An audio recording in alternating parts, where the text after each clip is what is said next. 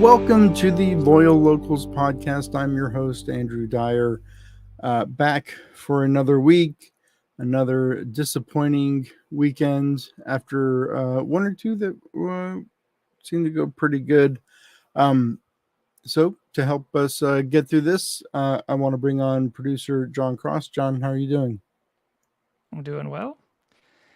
Getting excited. I'm finally going to get out of the house this weekend and go to that foot golf tournament.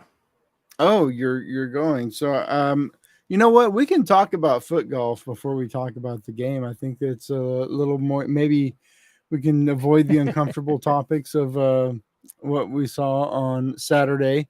So, foot golf is this Saturday. This is with the club, right? Right. This is the big fundraiser they're doing for Rabies for Mm-hmm. the Childhood Cancer Awareness Month in September.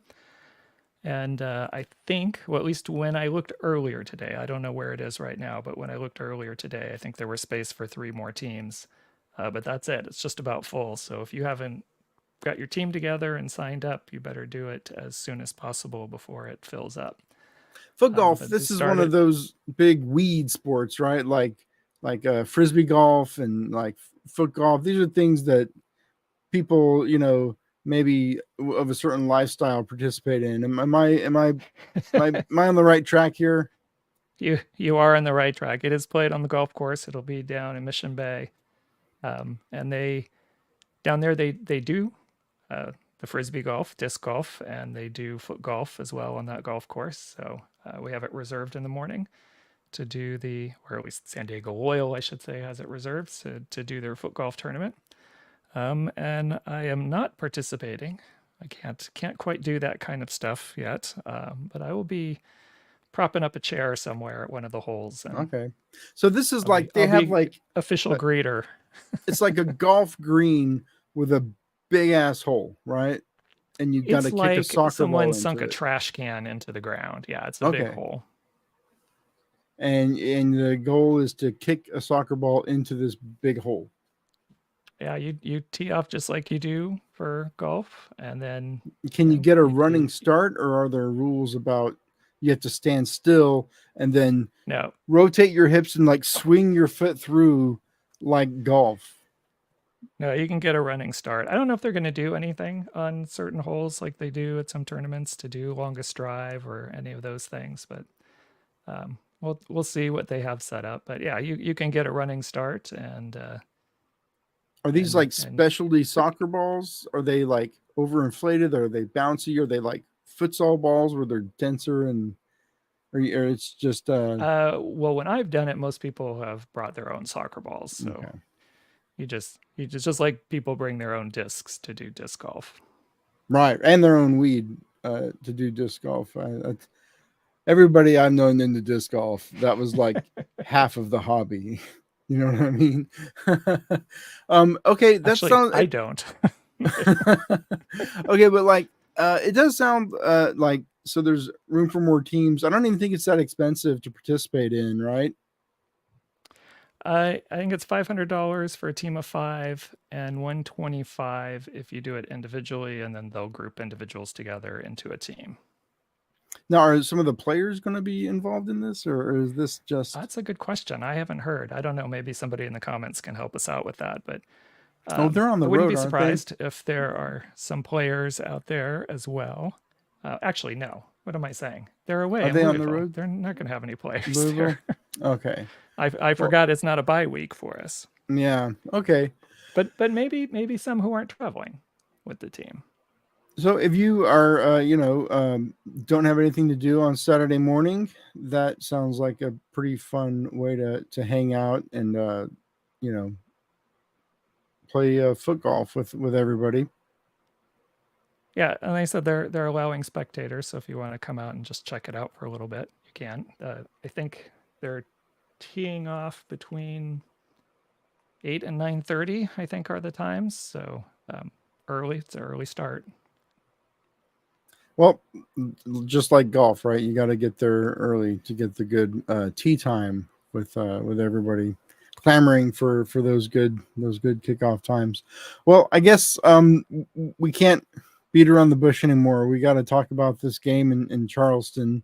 So on Saturday, San Diego Loyal went on the road after a very a good win the week before. The 3-0 victory. Everybody flying pretty high, of course. We on this podcast, we fly high every week or we fly very low. This is going to be one of the low weeks because we're coming off of that loss. We lost 2-0 to Charleston, which I think are a pretty good team out east. It's not the end of the season. I don't think it really torpedoed our chances. I think a lot of the Western teams kind of gave us a hand because there were a lot of draws. Oakland lost. So, we got a little bit of help in the table from some of the other matches so that, it's not like we're dropping. We drop points, but we're not dropping in the standings because, other folks didn't get the job done either. So, grand scheme of things, not the worst. That home playoff match is still in the realm of possibilities, which is, of course, the thing that we are all hoping to get. Yeah, I'm not, like you said, I don't think it really hurts our overall playoff chances. It would be very difficult for us to miss out completely on the playoffs. Obviously, we want that home match, and if possible, finish higher in the seeding. But I think if we wanted to make a run for first or second to give us the best chance of hosting as long as we can through the playoffs, we missed a golden opportunity because we didn't get points out of this match and everybody else did us a favor. We needed some help moving forward and everybody else pretty much gave us that help. Or I'm sure all the other teams are thinking, oh, San Diego helped us out as well, right? Yeah. By not winning. But we had a good opportunity and we didn't take it. What did you think of the play overall? So, I did not rewatch the game after I did go to the watch party at AleSmith and the club beer release. And it was kind of an interesting setup at the watch party in that we did not have audio from the match and the feed kept whiting out. It wasn't the best match viewing experience. A lot of people want to, this is what our podcast has become much of the time too.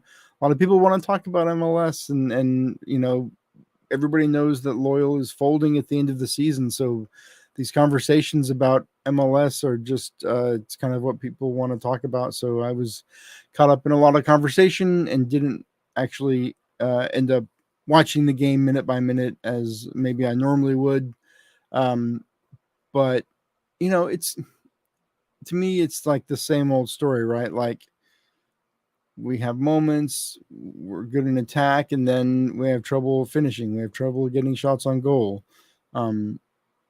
We have a little tendency to ball watch on defense and let rebounds fall to the wrong team, the foot of the wrong player, and get put away. I did see one of the. I think I saw both of the Charleston goals. That's the one that I remember was the rebound, and it's just it's the way the ball bounces, right? Like who's in the right position where the ball comes, but you really got to clear those balls when you can and really make that extra effort to be the first one to the ball. And it doesn't always happen, but it's really disappointing coming off of the 3-0 win where everything went right and we got good performances from everybody on the field, I think. And then to see, the loss, it's just the story of the season, right? Up and down, week to week.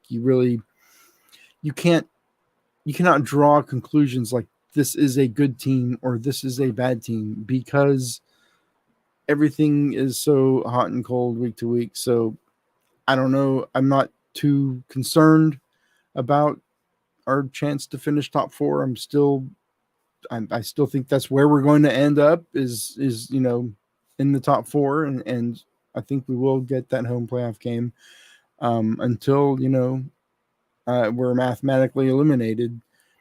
I have no reason to think we won't put in another good performance when we need to and get the points that we need to get, because I mean we've seen it week to week. You just never know the way the ball is going to bounce, and it really does seem like almost a toss up every week. Yeah, I mean, we've said it so many times this season, and I think every season it's the parity in the league is strong, right? There isn't a whole lot to separate. Well, maybe I shouldn't phrase it that way, but I mean, realistically, any team, even Las Vegas, as we've seen, can beat any other team. It's not like one team is so dominant over everybody else. Or some teams are just total pushovers that you think like, okay, we can kind of skate. Like this is pretty much a guaranteed win. You can't do that anywhere in this league, and Charleston is a good team. And I was actually pretty happy overall with the first half play. Not ecstatic, but you're playing away. You had to travel. Like if we could go in 0-0 at halftime and make some adjustments, I'm okay with this. I wasn't loving the first half, but it wasn't horrible. There were some good things. But to give up that goal right there at the end on, Elijah had great position and was just going to let the ball kind of what it looked like to me go over his head, and Perez is coming in trying to make a play on the ball. And they kind of bump bodies, and the ball bounces off the, Perez's back shoulder and falls right to the guy's foot. And he took it. He took a good shot and put that goal in, and that was unfortunate. Clearly for us, any team to go in like that at halftime. And then that second goal we gave up was just like the guy had so much space. It just seemed like they just made us look silly on that second goal. And then we just seemed, even before that goal, but that goal coming so quick at the start of the second half, and then the rest of the half, we just,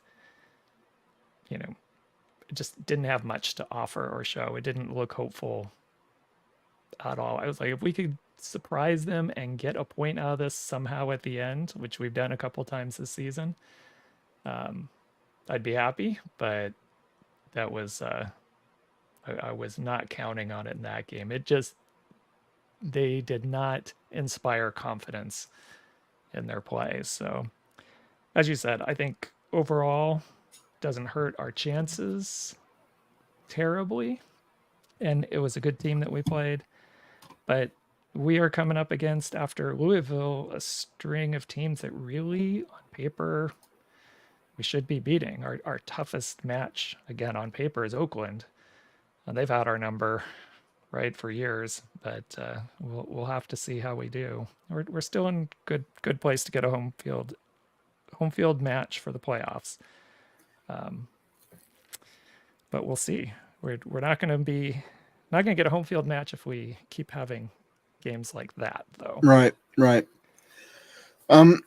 So I do want to mention the L. Smith beer that was released on Saturday. This was the extra special bitter.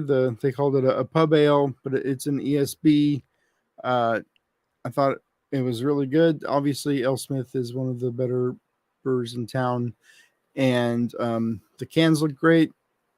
The Loyal awesome logo with the devil horns, and it was very cool. Looks like it's going to be a one-off, right? So, well, some disappointing news. Well, actually, first, before I get to that, I wanted to ask you, did you like it? Is it, because for some people that's not their style of beer that they like, and it seemed to get pretty good reception overall. I ordered a 4-pack last week. I just haven't had a chance to get down there and pick it up. Oh yeah, So I mean, I like ESPs. I like ESPs though. Like, it's a great style. A little bit of bite, a little bit of maltiness to it. It's not like, it's not so hop forward like an IPA that we're kind of used to out here. Right. Um, but it definitely does have a little bit of the hop bite in it. A little bit of that bitterness. I mean, ESB extra special bitter, so it does certainly have it, but it does also have a little bit of that the malty flavor to kind of give it a little bit of structure underneath Yeah. the hoppiness, so that it doesn't really overwhelm you. It's low ABV, relatively speaking. I think it's about 5.5%. So it's not a big drinker. You're not gonna.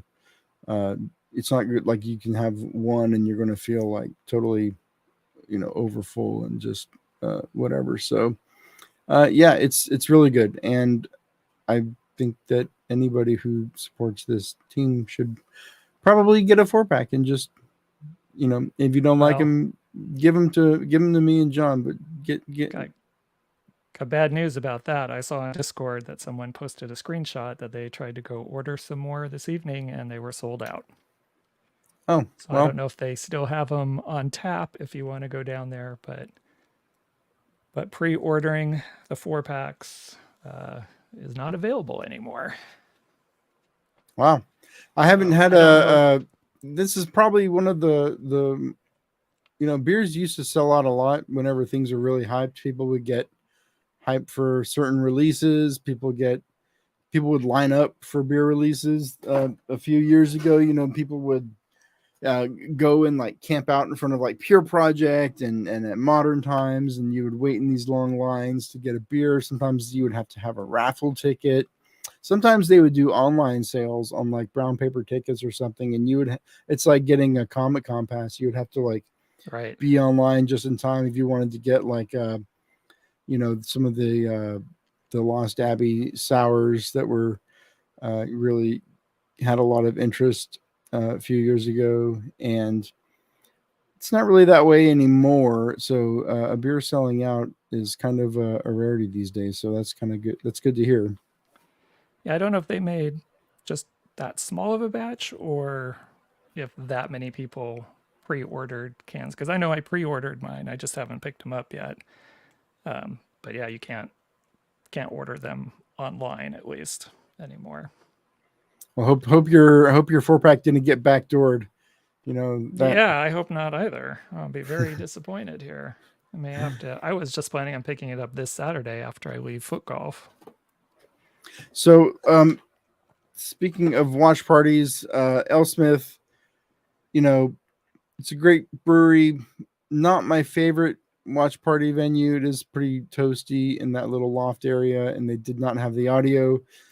This week, we are shifting locations. I think the club is holding its watch party in Ocean Beach. Where is Ocean this one? Beach at the holding company, So which the I'm not holding familiar with the company. holding company. Oh man, I'm not either. Does this have to do? Is this a drug reference? Like, are they holding? I don't know. So I don't know why I keep making drug jokes. I'm not like a drug guy, y'all. I promise. But that's just what I think. Oh, are you holding? Like, that's the holding company. Like, what else would they be doing? But it is 21 and up, right? So this is not, this is another get a sitter or find an alternative location.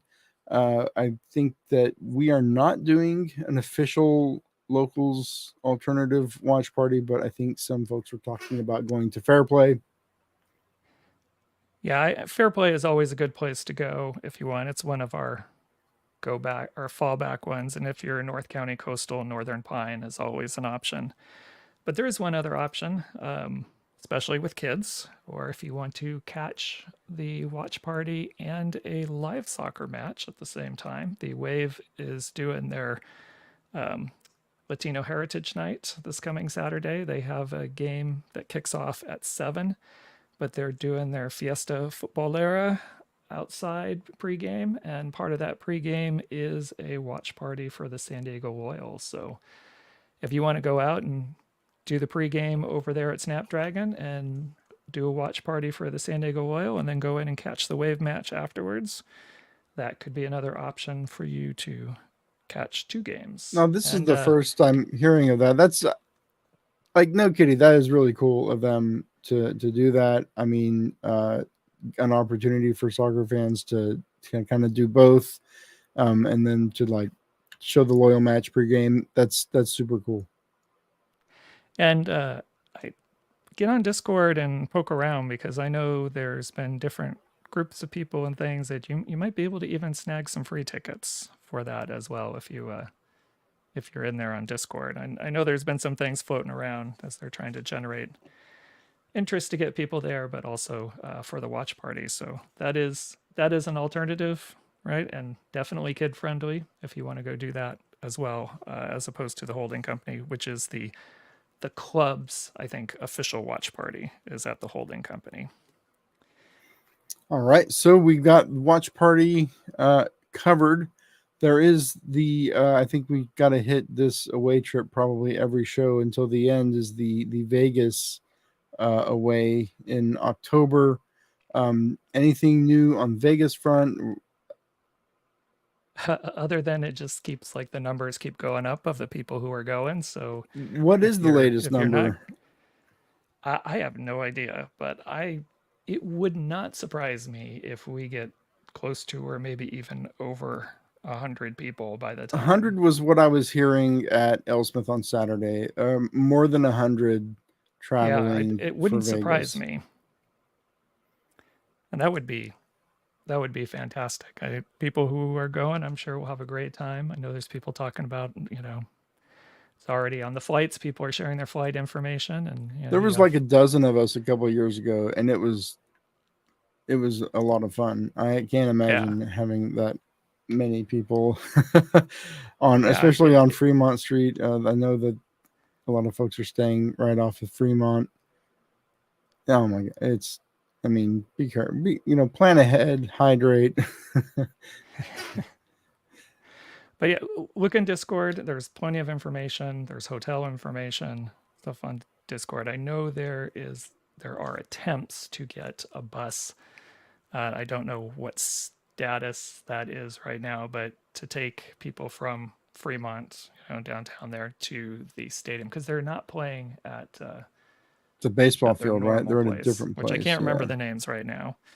But they're playing at the other baseball field for this one, which I believe is a little further away. So they're trying to arrange bus transportation to get everybody safely out there and safely back. So I do want to talk a little bit about some news that came out today. Do we have other supporter group business that we have to hit before we go on a big digression? No, I had one more thing, but it's not really supporter group stuff. We'll talk about Ricardo Campos and his move a little bit. Yeah, well, this will segue nicely into first. that. Well, because a signing was announced today. A Danish team is going to be bringing on a certain striker in Orange County. Iloski is moving to Denmark. And what's interesting about this move is that the team that signed him is the team that is owned by the Right to Dream group, the same group that is bringing the MLS team to San Diego. Now, underneath this announcement, the San Diego FC Twitter account replied, "What a player!" So, is this is Iloski MLS bound in 2025? That's the question. I would say, yeah. There's a lot of people, I think, who believe that, or at least that is a strong possibility. The way the club reacted, Jerry Jimenez also individually reacted to that. And of course, everybody's playing it up since he went to a local San Diego high school and graduated, actually up here in Escondido, where I am, San Pasqual High School. So he's, I think the club here kept billing it as San Diegan, who's got this great opportunity to go out there. And they didn't really play up the Right to Dream, I don't think, from from their end, but I think everybody else is kind of making the connection like, oh, I wonder if this is a Well, they responded to the announcement. The official club right Twitter account responded to the Danish side's from the Danish announcement. side, not the OC side. Oh yeah. Yeah, So they how does responded to this the Danish one. does this mean that he's out of the way for the rest of the USL season, or is he No, finishing his season in Orange County? he's finishing the season. Oh come So on! What kind of transfer maybe his mind window? will be elsewhere. Well, what kind of transfer window is this? I mean, how can he even? Is he not joining them until Well, January? that is the thing. It's not a transfer window, so at the end of the season. Well, but So in January is when he's going to go. okay. So he's not going right at the end of the season. He's It's got to just an wait. early signing, but he's not leaving until January. He should leave.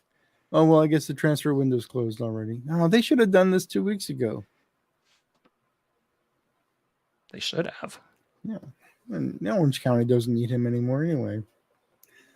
Besides, we all know the Southern California team that is advancing in the USL playoffs this season. So speaking of San Diego MLS, and I guess this hadn't been announced for our last show, right? Correct. So I think there were some people who knew it at a time, but the official announcement had not been made yet. So yeah, loyal president is moving on to the MLS team as a vice president of. I'm not sure exactly what his title is going to be, but yes, Ricardo Campos will be finishing out the season with San Diego Loyal, and then moving into a new role with San Diego FC.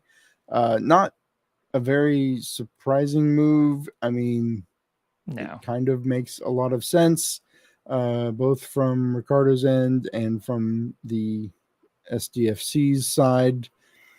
I think that there will. I don't have. So let me just say, like, I don't do any research. I don't pick up the phone and call the front office and like, hey, give me the inside scoop of what's going on. So this is all off the dome. But I would not be surprised if more people from the loyal front office end up at SDFC. Nobody has told me that. I don't know that is happening.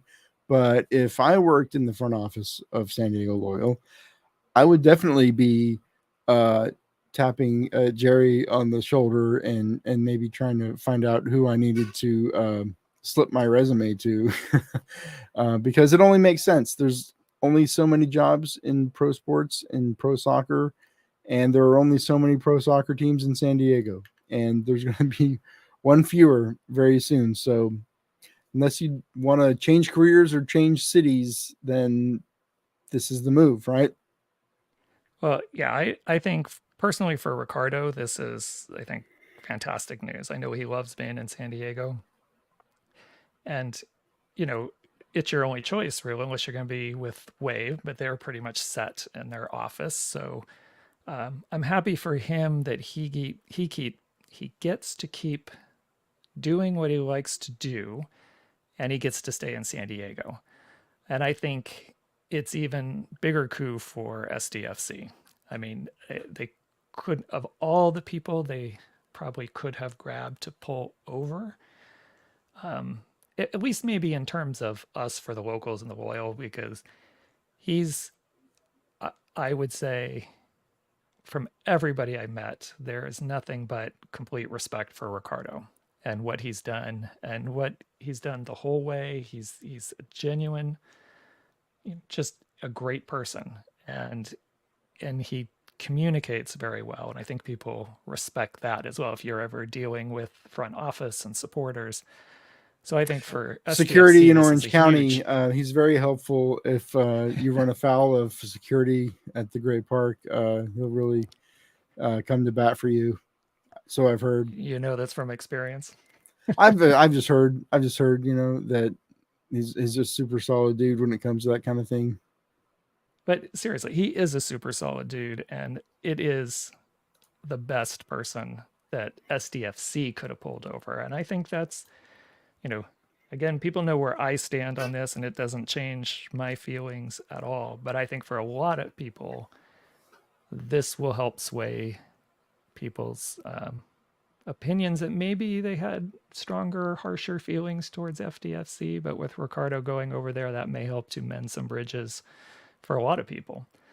So I think for them, that was a fantastic move. And I think also that was, I don't know all the details at all, but I would imagine part of, although Andrew did kind of say this a little bit, but Andrew's making this announcement so early about the team folding at the end of the season, probably not only for fans and everybody else to kind of wrap our brains around it and not get surprised in the off season, so we could celebrate the rest of the way. No, he said it straight up. He's also wants people to be able to get jobs. Find jobs. Yeah, and with SDFC hiring, right? Hey, why am I going to keep you in the dark for the last 2 months and then? And that's the kind of person Andrew is as well, right? He would rather take care of his people, his employees, and help them move on to something else rather than leave them stranded. Yeah. So I think I would not be surprised if we see more people from the Loyal front office eventually make it over to the MLS team. And yeah, and there's certain roles and stuff that don't need to be done right now for the MLS team. But striker, like for example, they don't need a striker right now. They don't need a goalkeeper. Probably need a coach sometime soon here. Well, they're going to have to. Eventually, they're going to. Eventually, there are going to need to be players, but I don't think they need one right now. There are other things that have to be done first. So yeah, SDFC. I mentioned that this was what a lot of folks wanted to talk about at AleSmith, and hosting the pod every week this year has really kind of helped me realize how many people out there actually do watch or listen to the Loyal Locals podcast. So I was approached by a person who described themselves as a lurker, not really a lurker. Yeah, not really super involved, and not really, they go to games, but they're not active in Discord and all that. But this kind of question about people have such an affinity for this club, and they really don't know how or if they're going to even support the MLS side. This is something that more and more people are talking about and grappling with, and I think Loyal folding, when we had this conversation when the MLS was announced, it was the assumption was they would be running in parallel, and you're going to have to pick, or you weren't going to be at the Loyal match because you're going to go to MLS or whatever. And Loyal folding, I think, simplifies that because there is no alternative. MLS, dirty business, we've talked a lot about that. So there might be some, ethical reservations from folks about going over and supporting them. But, leadership for the Locals has, the company line has been, to focus on this season and worry about what comes next after this season. I understand from the leadership perspective, that's what they need to do. I might host this podcast, but I'm not a part of leadership, and I'm the one with the microphone, so I don't have to wait for anything. To me, the question comes up is like, what is the supporter group going to go over and start supporting MLS? There is this another supporter group that has started, this Riptide group that is kind of launching from nothing, right? Our friends, from people who are part of the Locals, right, and our friends at Chavos de Loyal already have their plan in place to support MLS, and so that where does that leave the Locals? Here's a supporter group, a lot of people who are members. Not all of them are in 109. In fact, I think probably fewer than half of them are in 109 week to week. But this is a group that has structure, bylaws, paperwork, a website, all of the little things, organization, and know-how, understanding of the landscape, and the network already in place. The infrastructure exists. You don't have to build anything new.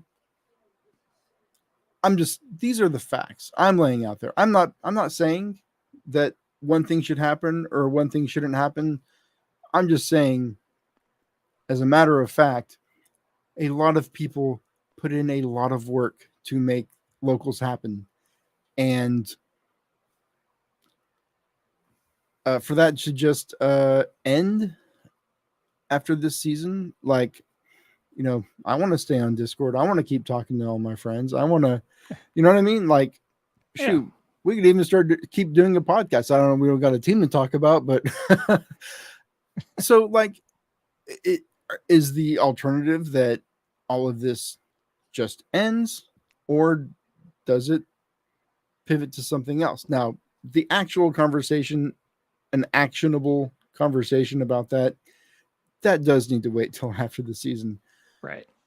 for leadership. But on this pod, like, I don't know, I feel like it's fair game to just acknowledge that this is the big question that is kind of looming for the group. And I know, John, you're part of leadership, so I'm not asking you to weigh in on this, but I mean, these are just the facts as they exist. Sure. I would say that, yes, there's a general consensus that big decisions, right? Those conversations, not till the end of the season. But it's only natural for people to start talking about things right now. I mean, I've seen people, and I made a comment about it a couple of podcasts ago about looking at, supporter owned teams. There's a lot of people talking about the MLS team. There's some people talking about we shouldn't do anything. Like the locals should just only be part of Loyal, and that's it, and never be anything again. Preserve that for what it was. Those are all things that I hear people talking about, but again, it's hard to have any of those conversations, like real conversations about any of those, while we're still trying to support this team.